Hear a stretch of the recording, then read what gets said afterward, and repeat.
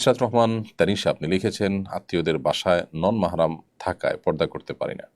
আমার পরিবার বলে এতে আত্মীয়তার সম্পর্ক ছিন্ন হয়। সত্যি কি ছিন্ন হয়? আমার করণীয় কি? আত্মীয়দের বাসায় গেলে যদি নন মাহরামদের সাথে পর্দা করা না যায়, তাহলে সেটা সেখানে যাওয়া থেকে আপনাকে বিরত থাকতে হবে। আপনার প্যারেন্টস বা ঘরের লোকজন, পরিবারের লোকজন যে বলেন আত্মীয় সম্পর্ক ছিন্ন হওয়ার কথা, হ্যাঁ, সম্পর্ক তো কিছুটা ছিন্ন হয়, কিন্তু এটিকে দুইভাবে রিকভার করা যেতে পারে।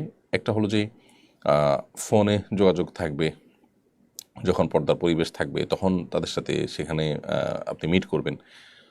সম্পর্ক ছিন্ন করা মানে হলো তাদের সাথে যোগাযোগ না করা, তাদেরকে বয়কট করে চলা। এখানে তো বয়কট করা হচ্ছে না, আপনি দূরত্ব বজায় রাখছেন বিশেষ কারণে। আর দ্বিতীয়ত হলো, সম্পর্ক ছিন্ন করা যেরকম গুনাহের কথা, পর্দার বিধান লঙ্ঘন করা ঠিক একইভাবে গুনাহের কথা।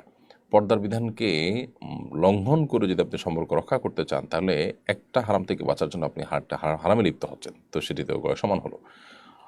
অর্থাৎ এখানে সম্পর্ক রক্ষা করার বিষয়টা তো আসলে হলো না, কারণ আরেকটি অপকর্মে বা আরেকটি গুনাহে আপনি লিপ্ত হয়েছেন। তো এই জায়গা থেকে তাদেরকে বোঝাতে হবে এবং নিজে যথাসম্ভব চেষ্টা করতে হবে যে এই ধরনের হারাম কাজ থেকে যেন বেঁচে থাকা যায়।